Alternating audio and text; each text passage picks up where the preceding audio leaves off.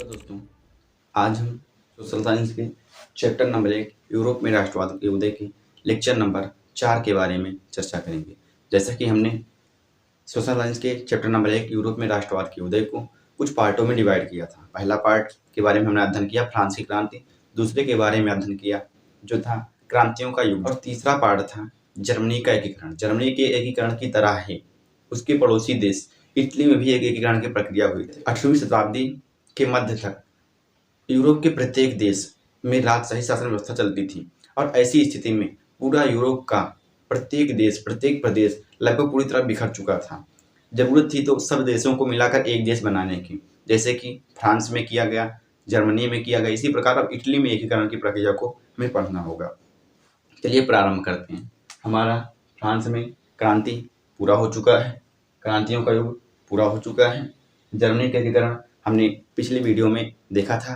जैसे कि जर्मनी के एकीकरण में हमने पढ़ा कि ऑटो वन बिस्मार्क नीलरक्त एवं लौहनीत के द्वारा फ्रांस, ऑस्ट्रिया और डेनमार्क के साथ 7 वर्षों तक युद्ध करके जर्मनी के एकीकरण को सपन को पूरा किया और 18 जनवरी 1871 ईस्वी को काइजर विलियम प्रथम को संपूर्ण जर्मनी का सम्राट घोषित कर दिया।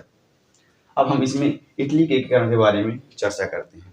इटली जो कि यूरोप का एक महत्वपूर्ण प्रदेश है, जैसे कि फ्रांस, जर्मनी, इसी प्रकार इटली यूरोप का एक महत्वपूर्ण प्रदेश है। 8वीं शताब्दी के मध्य तक इटली था। इटली काफी सारे प्रदेशों में बटा हुआ था।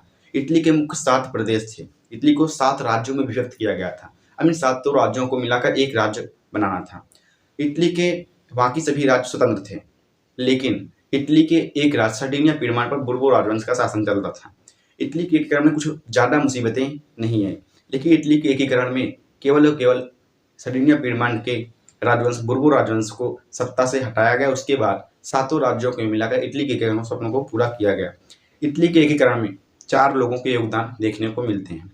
पहले थे ज्यूसेप्पे मैज़िनी, दूसरे थे ज्यूसेप्पे गैरिबाल्डी, तीसरे थे काउंटी कैमिलो डी काबुर और चौथे थे विक्टर इमैनुअल द्वितीय।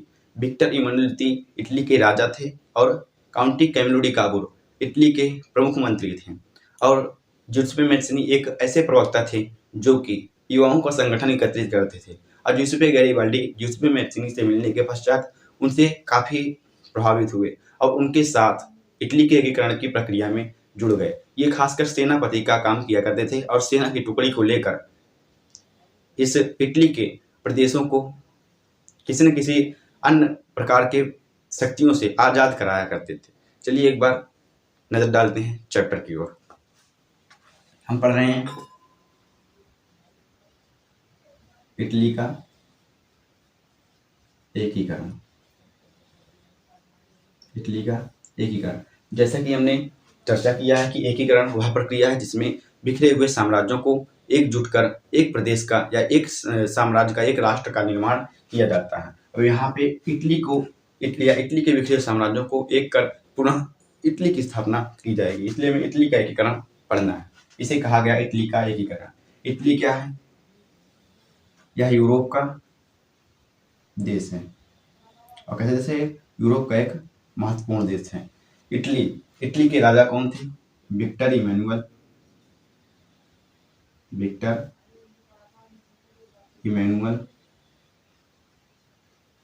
द्वितीय। विक्टर इमैनुअल द्वितीय, ये थे इटली के राजा।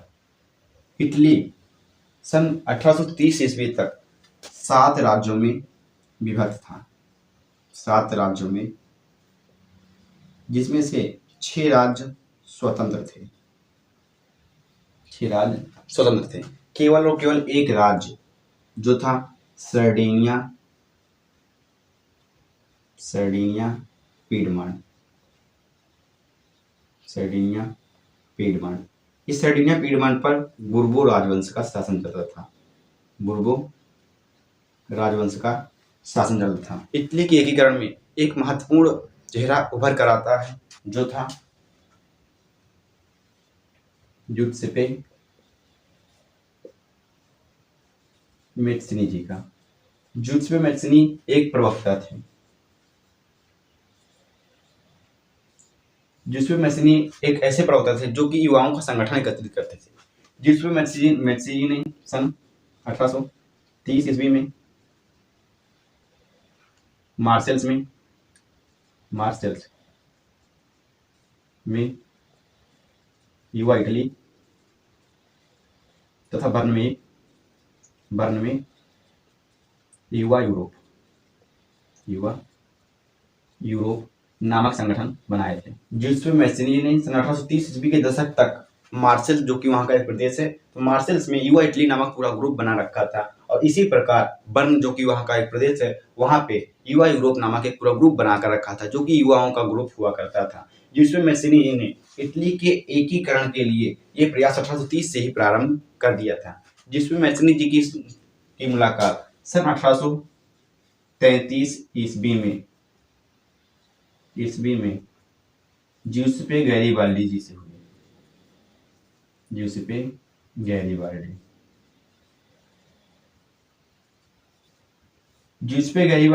जिसमें मैसिनी से काफी प्रभावित हुए, और प्रभावित होने के बाद इन्होंने भी इनके इस युवा इटली और युवा यूरोप नामक संगठन में शामिल हो गए। इस शामिल होने के पश्चात इस युवा इटली और युवा यूरोप का समर्थन किया करते थे, उसके साथ साथ इसका नेतृत्व भी किया करते थे।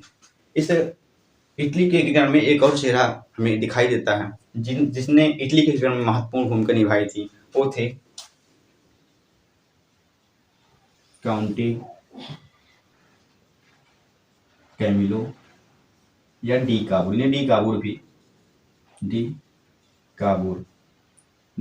भी कहा जाता है। ज्यूसेppe गैरिबाल्डी जी को गैरिबाल्डी भी कहा जाता है, जिसमें मैसिनी को मैसिनी भी कहा जाता है।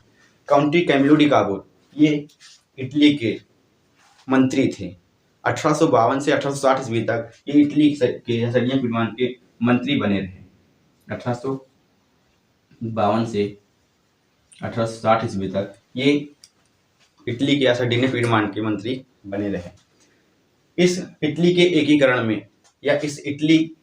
में संबंधित तथ्यों को हमने देखा कि इटली के एकीकरण में पहली बात तो इटली जो 7 राज्यों में विभक्त था, जिसमें से 6 राज्य स्वतंत्र थे और एक सरदिनिया पीडमान पर बुर्बो राजवंश का शासन था। इटली यूरोप का एक महत्वपूर्ण देश था। इटली के राजा विक्टर इमैनुअल द्वितीय थे। इटली के एकीकरण के लिए जिन्होंने सबसे पहला कदम उठाया था वो थे ज्यूसेppe मैसिनी। ज्यूसेppe मैसिनी एक प्रवक्ता थे, जिन्होंने 1830 ईस्वी के सक्सेस में युवा इटली तथा बर्न में युवा यूरोप नामक संगठन बना रखे थे।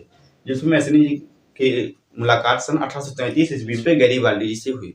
ज्यूसेppe गैरिबाल्डी ज्यूसेppe मैसिनी जी से काफी प्रभावित हुए और वो इनके इस संगठन में शामिल हो गए।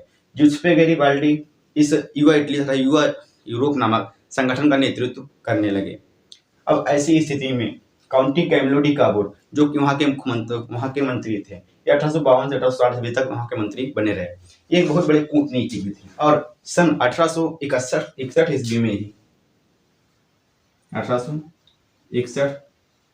ईस्वी में ही इटली का एकीकरण लगभग पूरा हो चुका था और इस विक्टर इमैनुअल द्वितीय, यहाँ के राजा विक्टर इमैनुअल द्वितीय को संपूर्ण इटली का राजा घोषित कर दिया गया। लेकिन इन स्वतंत्र 6 राष्ट्रों को मिलाने में लगभग 9 वर्ष या 10 वर्ष का समय लगा, जिस कारण 1861 ईस्वी में पूर्ण हुआ इटली का एकीकरण सन 1871 ईस्वी